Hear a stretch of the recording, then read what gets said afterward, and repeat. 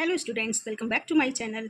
आज हम क्लास 4 के हिंदी में चैप्टर नंबर 6 सुखी आदमी की कमीज के प्रश्न उत्तर को सॉल्व करेंगे। इससे पहले हम इस चैप्टर के बारे में जान लेते हैं। तो आपने इस पार्ट में पढ़ा कि सभी व्यक्ति खुश रहना चाहता है। सभी के खुश होने के अलग अलग पैमाना है। कोई सोचते हैं कि खूब पैसा होने से हम सुखी हो सकते हैं, तो कुछ का मानना है कि समाज में आदर सम्मान पाने से सुख मिलता है। असल में बाहरी चीजों से मिलने वाला सम्मान बहुत कम देर तक टिकता है। सुख तो वो एहसास है जो हम तब महसूस करते हैं जब पूरी लगन और मेहनत से अपने काम को करना अपना कर्तव्य समझते हैं। तो ये जो प्रस्तुत कहानी है सुखी आदमी की कमीज, हे की प्रसिद्ध कविता एनचांटेड शर्ट का भावानुवाद है, जो हमें परिश्रमी और संतोषी बनने पर सीख देती है। ठीक है। इस कहानी में राजा के पास सारी ऐशो आराम रहने के बावजूद भी वह दुखी था और सुख की खोज में वह बीमार हो गया।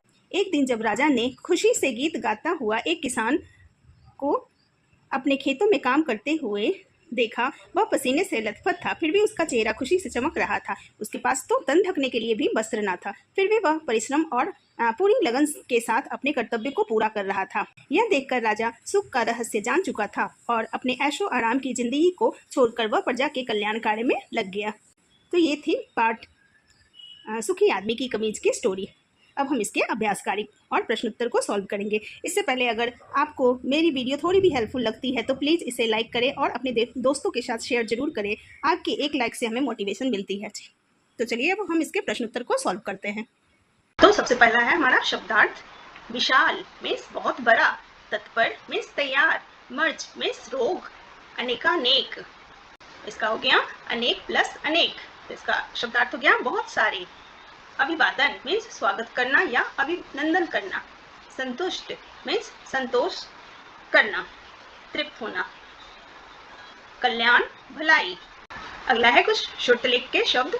विशाल बुद्धिमान, तत्पर मर्ज, वैद्य स्वस्थ, व्यक्ति अनेकानेक, समस्या पत्नी, सैनिक, अभिवादन प्रसन्न, मुश्किल, इलाज, कल्याण। ठीक है। अगला है हमारा मौखिक प्रश्न।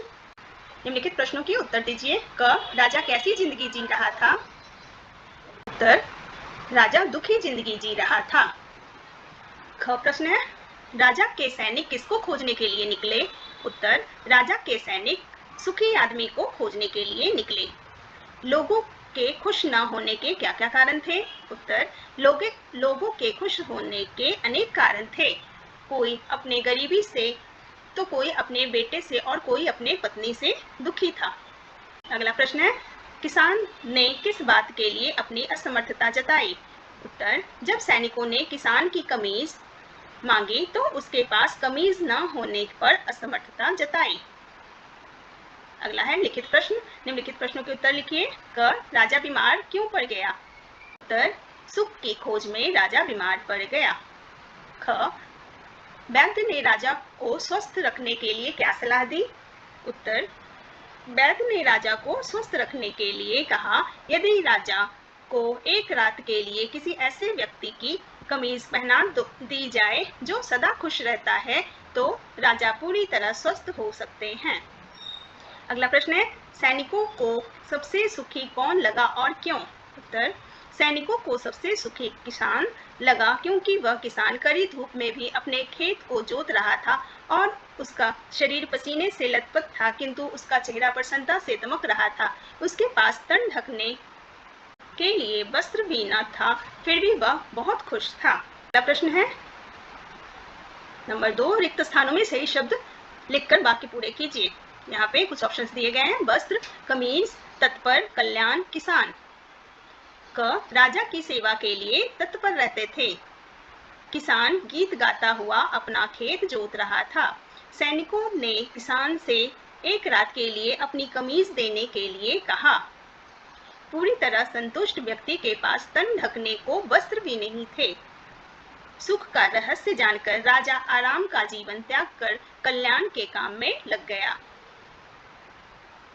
अगला प्रश्न है कुछ कीमती पाठ के आधार पर बताएं कि सुख का क्या रहस्य होता है। उत्तर पाठ के आधार पर सुख वह एहसास है जो हम तब महसूस करते हैं जब हम पूरी लगन और मेहनत से कोई काम करते हैं और उसे पूरा करना हमारा पहला कर्तव्य होता है, जो हमें परिश्रमी और संतोषी बनने में मदद करता है। अगला प्रश्न है, तुम्हें किन किन बातों या कामों से सुख मिलता है? उत्तर, मुझे बड़ों की बातें मानना और अपने सारे काम को अच्छे से करने में सुख मिलता है। मैं अपने सारे कामों को पूरी मेहनत और परिश्रम के साथ करने में विश्वास रखता हूँ। अगला है भाषा और व्याकरण निर्देशानुसार उत्तर लिखिए। क, भाववाचक संज्ञा बताइए। तो यहाँ पे भाववाचक संज्ञा बताना है तो प्रसन्न का हो जाएगा प्रसन्नता, सुखी सुखद, बीमार बीमारी, रोगी रोग। अगला है दो दो पर्यायवाची शब्द लिखिए। तो राजा का पर्यायवाची शब्द हो गया नृप नरेश, बगीचा का हो गया बाग उपवन। अगला है विलोम शब्द लिखिए। मूर्ख, मूर्ख का विलोम शब्द हो गया चालाक, बीमार स्वस्थ, स्वामी सेवक, निर्धन अमीर। अगला है शब्दों को मिलाकर एक शब्द बनाइए। अनेक अनेक, ये हो गया अनेकानेक, परम प्लस ईश्वर परमेश्वर। अगला है रिक्त स्थानों में सही कारक विभक्ति लिखिए और कारक का भेद भी बताइए। ठीक है, तो यहाँ पे कारक के भेद लिखने और विभक्ति बताने हैं। दूर दूर से डॉक्टर बुलाए गए, तो ये हो गया से आपादान कारक। सैनिकों को एक किसान दिखा, को हो गया कर्म कारक। दास दासियां सेवा के लिए तत्पर रहते थे, के लिए हो गया संप्रदान कारक। सारी बात राजा को बताई, यहाँ पे हो जाएगा को, ये आप सही कर लीजिएगा, को कर्म कारक। अगला है नीचे दिए गए वाक्यों में की और की लिखिए। क, दास दासियां राजा की सेवा के लिए तैयार रहते थे। वैद्य ने राजा की जांच पड़ताल की, पूछने पर पाया कि यहाँ सभी दुखी थे। किसी की पत्नी का देहांत हो चुका था, उसने मुझसे बात ही नहीं की। आपने पूछा था कि मैं आऊंगा या नहीं। तो ये थे आपके प्रश्नोत्तर बैक एक्सरसाइज। आई होप आप ये अच्छे से कर दोगे। तो मिलते हैं फिर नेक्स्ट वीडियो में। Thanks for watching.